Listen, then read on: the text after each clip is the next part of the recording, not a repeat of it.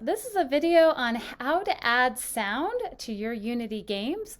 It's a beginner video. I'm going to start with choosing under Unity a new project, and I'm going to just stick with a 2D project. I'm more comfortable with those. And then the project name I'm going to set to Sound Tester, and I'll go ahead and create this. Okay, I've got an empty scene here. I'm going to add a few components. I'm going to go next to that plus sign and create an empty object. And I'm going to create one object that's going to hold the music that I want to play in the background. I'll just call this music. And then I'll create another empty object that's my kind of game manager, where I could put some of my scripts associated with this scene. And I also want to put two buttons so we can turn the music on and turn the music off. And those are user interface components. So I'll go under button, and then I'll choose, we can either do Text Mesh Pro, which has a little bit more precise definition with your font for your lettering. On the button, I'm just going to do a plain old button though. And I want two buttons, so I'm going to go under this canvas and create another button. So one of them will be for music on, the other music off. So from this view of the scene, from where I'm positioned right here, it's kind of hard to see things. And we've got that hand icon. We can move around and I can zoom in and out. But another good shortcut is if you have the component that you want to zoom in on selected, and then you hover over the scene, you just have to hit F on your keyboard and it will find that. Now my buttons are both in the lower left-hand corner. They're fairly small. I'm going to move those using this up arrow, and I actually want to move both of them. And I'm going to resize them too because they're really tiny. So I'll select the buttons and then resize them. I could pause while let me pause while I'm doing this, because this is not what the video is about. Okay, so I've got my two ridiculously large buttons, and I expanded those buttons and went to the text, and I edited the text to say sound on one button with a huge font, and then sound off on my other button. So I need to hook up some functions to run every time somebody clicks on these buttons, and I'm going to put those functions in a script that's attached to my game manager. So I'm going to select the game manager and add a component. And I need a new script. So I'm going to select new script, and I'll call this my music controller, and we'll go ahead and add that. And when you create a new script, it's going to have these two functions, the start and the update. I actually don't need either one of those, so I'm going to delete both of those functions, but I'm going to make two of my own functions.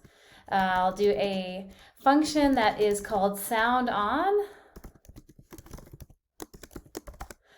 and I've got another function that I'm going to call sound off, so we can toggle on and off the sound. And I also want one element here that's an audio source, and I'll call that music. And inside the sound on, the music, the audio source has a function already called play, so we can call that. And if we want to turn the music off, we're going to call a function called stop, and it'll stop that music that's playing. So let me make sure to save my changes on this script. And then I actually don't have any music inside of this project, but I'm going to go ahead and create a folder to put the music in. I'll go and create a new folder called Sounds. And in my project, to keep things organized, I always have different folders for images and another folder for sounds. Now, where to get the sound files? You can either record sounds yourself if you want to do that. In fact, on iPhones, there's like a voice memos app that you could use to record things. I'm sure there's other apps. I also like to look at a website called Open Game Art.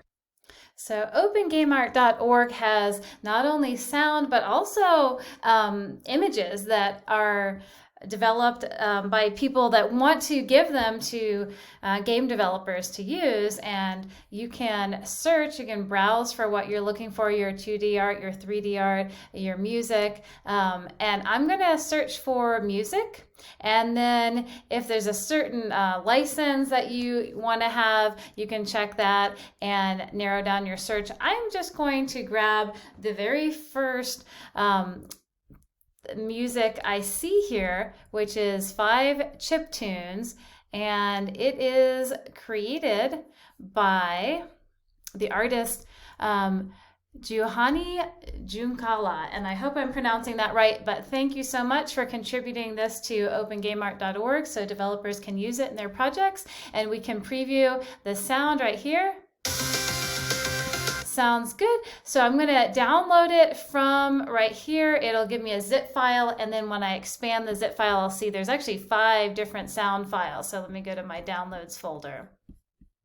So after expanding that zip file, I see the 5 different sound files, wave files that I can include in my Unity project. So we can just drag those into Unity. So I'm going to just start with this first one, the title screen wave, and drag it over here into my sounds folder.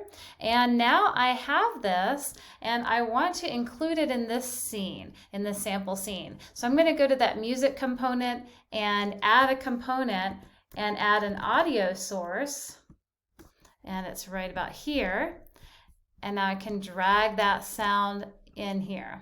And so this, every time I start playing this scene, go to the scene, that sound is going to play by default, so we can test it out right now. And my buttons don't do anything yet, but they will soon.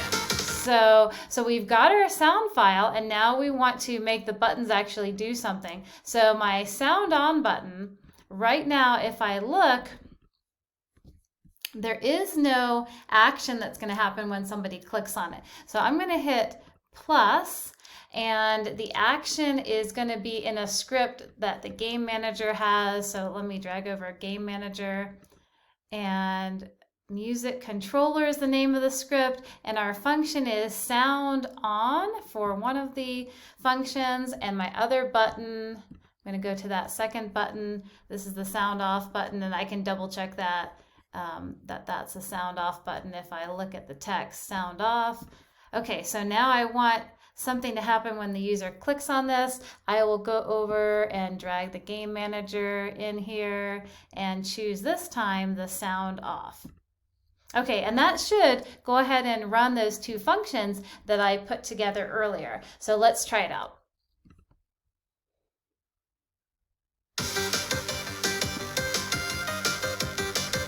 And it actually did not work. But that's a good learning point, is there's one thing I forgot to do.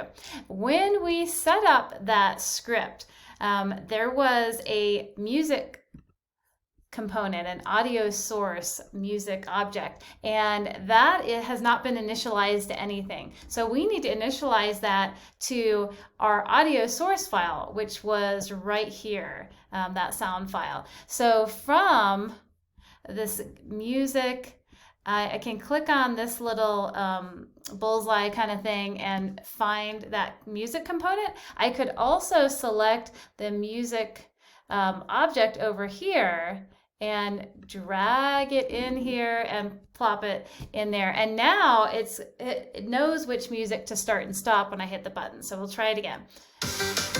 And now we can stop the sound and start it again, and just toggle back and forth. So that's just an introduction. If you're trying to add sound to your Unity game for the very first time, you could even replace these buttons with little, like a music note or a music note with the not sign. A lot of games do that if you want to toggle sound on and off. All right, happy programming. Have a great day.